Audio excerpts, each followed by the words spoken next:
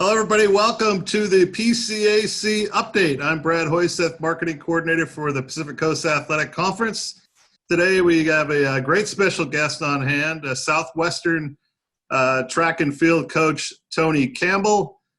Tonie is a three-time Olympian, a bronze medalist. He carried the torch at the Atlanta Games. He is an inductee into the USC Heritage Hall of Fame, as well as the Mount Sac Relays Hall of Fame. Done all kinds of special things since he's been at Southwestern, including Coach of the Year multiple times. Tony, how you doing today? I'm doing great, Brad, and thank you for that introduction. Seems like you did a little bit of research on me. Some of those things I had even forgotten. So yeah. Thanks for that. No problem. Hey, let's take a look back at your history a little bit.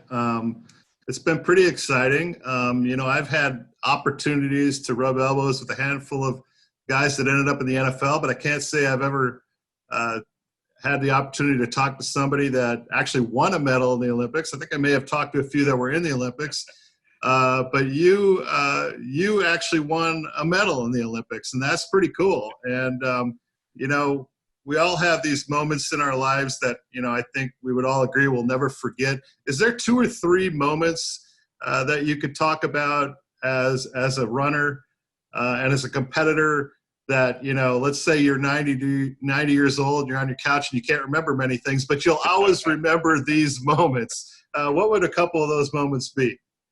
Well, that's pretty easy. Obviously, the Olympics are always going to be in the forefront of my memory bank, as long as it may last.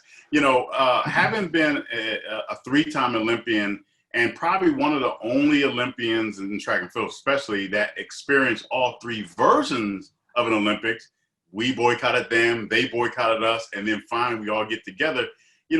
That makes it even more special. When we finally got to compete, Los Angeles was amazing, but when we finally all got together and it was a true, complete Olympics in '88, that will always be one of my highlights of my career, as well as a memory. One, because when we had the Olympics in 1984, it was a half Olympics. The Eastern Bloc countries boycotted us. But then more importantly, the Olympics were held at the Los Angeles Coliseum, where I trained when I went to USC. The athletic village was at USC, where I lived. The warm-up track was on the track. You would think that would make a person comfortable and give me an advantage. Well, it was actually more of a disadvantage, because at that point there's a lot more tension on me, and it didn't really feel as special because it was a home base. And when you think of Olympics, you think of exotic ports of call, you think of traveling, you think of the camaraderie of everybody getting together and all that, and it wasn't really the same. So when we went to Korea, definitely made up for all that. But that would be one. But I think probably of all races and all competitions I ever did, and this might surprise you, my most memorable race ever was in 1985 at the World Cup, which I won. But it was only a few months after I had completely blown out my knee in a fall in Trinidad and Tobago. And the original diagnosis was I had torn a ligament and a cartilage, and I'd never run again. And in the short amount of time, I came back and won the world championship. So that's probably by far my most memorable race in my career.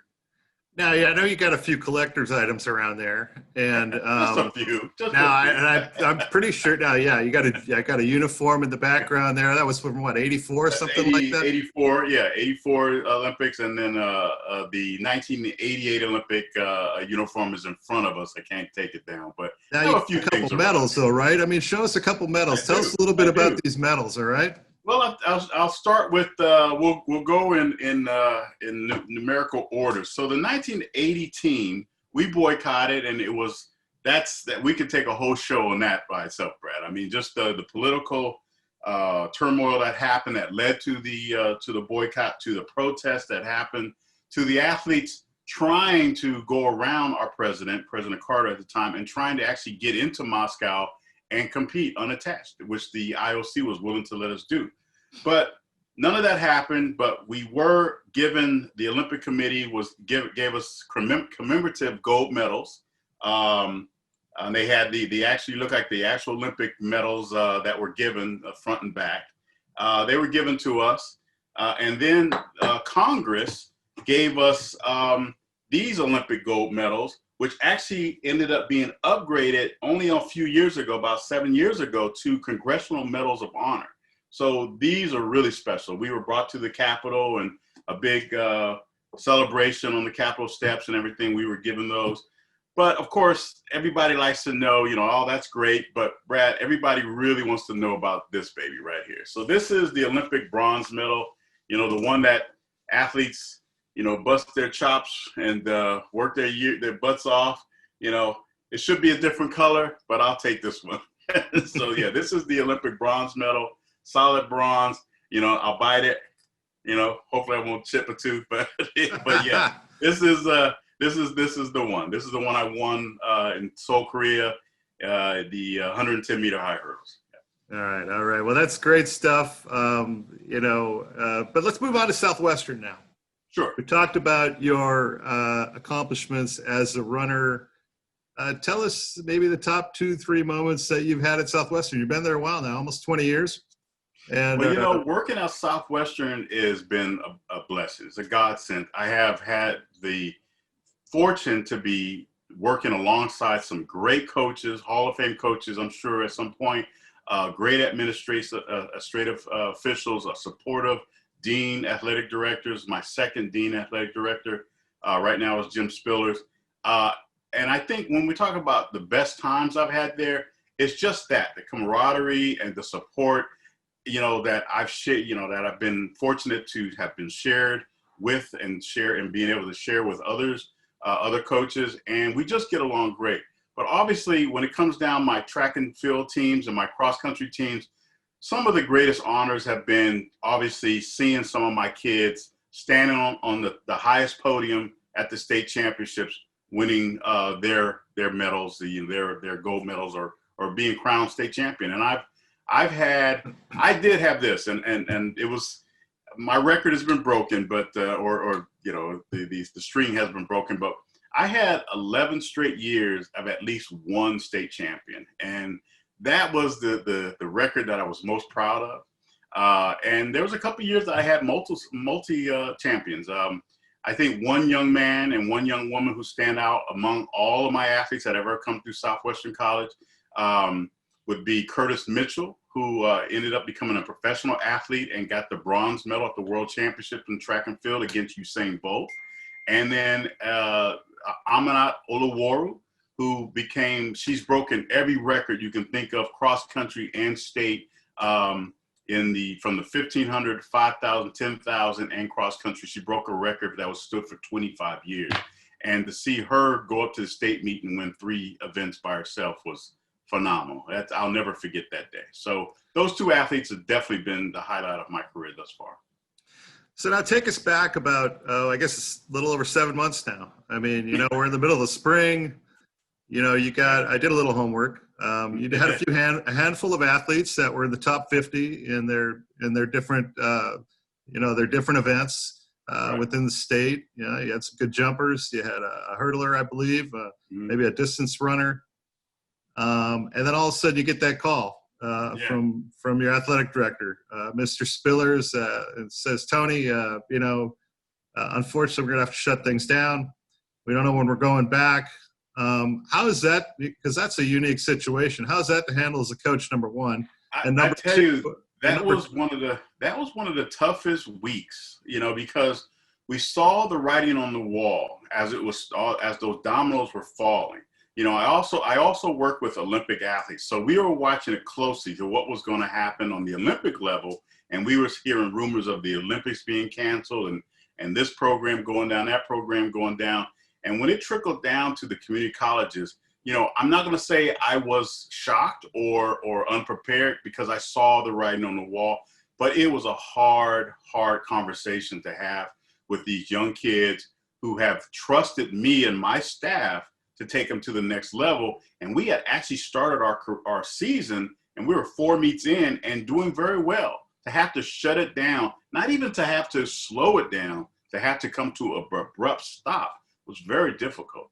And you're right, I had a lot of good athletes too. Yeah, and not only an abrupt stop, but really no timeline as to when we're going to get this thing going again. And so how did most of the athletes react to that?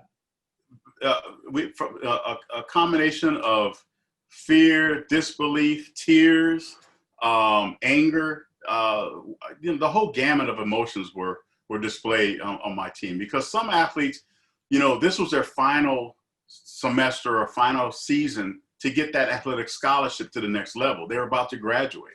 And so they knew this would directly affect their opportunity of getting recruited to that next school that they really wanted to go to. And so that's been very difficult. And, the fact that that our commissioner, Jennifer Cardone, has agreed to give the athletes back one more year has definitely helped. And I think it was a very good decision that was come upon by all the board members. And I think that's going to help us. But this has been tough. It's been tough because a lot of kids just can't do online. And we're seeing an attrition rate pretty high. Those kids just can't handle the online classes. And the fact that they don't have one-to-one coaches or coaching or face-to-face coaching has been difficult for them. And so I'm seeing probably my team size has been reduced by 60%. Well, you answered some of my next question. I was going to say, what's been the reaction? Has it been hard to keep kids on the team, things of that nature? And I'm glad to see that the 3C2As decided to give those kids an extra year back. I know that at the Division I level, when it comes to baseball and stuff like that, the NCAA came out right away and said, the kids at the NCAA level are going to get their year back. So I know that was a lot of concern on the side of the community college coaches. Absolutely. How is it going to affect us? And it's good to hear that they're going to get an extra year back. I know I looked at your roster last year and you had a lot of freshmen. And so things were looking promising to this year. Can you talk about a handful of the athletes that are going to come back and what they offer? Well, yeah, we have a couple kids, a couple good quarter milers and some sprinters. I had a couple kids that had actually redshirted the last season.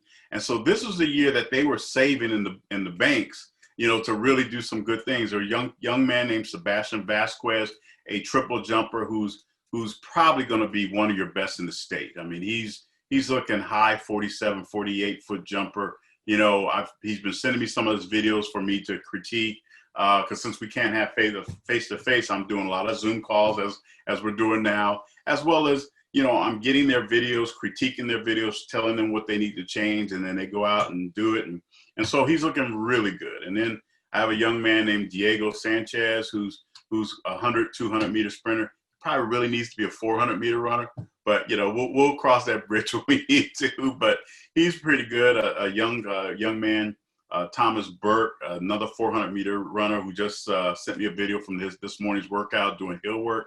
Looked really good. But then I have two young ladies on the team that are twin sisters that were local products who took scholarships to a school in Kansas.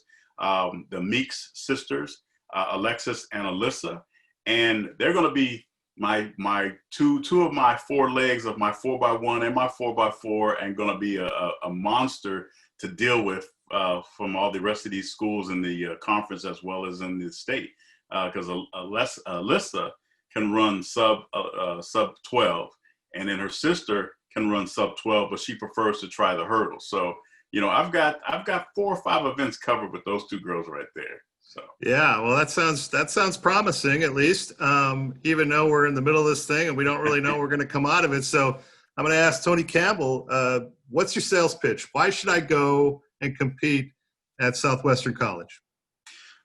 That's quite an easy question for me. Why? Because Southwestern College can offer you a great academic experience. In terms of the athletic experience, well, let's remember this. You're going to be a student athlete. So I'm going to make sure that your books are going to be taken care of. You're going to learn discipline on the field, which is going to translate to the books. And more importantly, you're going to be surrounded by coaches that care about you, but more importantly, Olympic level coaches. Myself, obviously an Olympian, but my assistant coach, my head assistant coach, Adam Henderson, is the father of Monique Henderson, who's also a coach. But she's a 3-time gold medalist. And then my assistant coaches, Tony Smith, an active runner ranked in the top 25 in the U.S. triple jump, and Brandon Green, who's a 2-time state champion for for Southwestern College, went to Ole Miss, also made the Olympic qualifying standard in the high jump. So I surround myself with the best. But am I the best coach? No, I'm not the best coach, but I'm going to learn to be the best coach for you. Well, you did a pretty good job, and I'm going to have a little fun with you here now.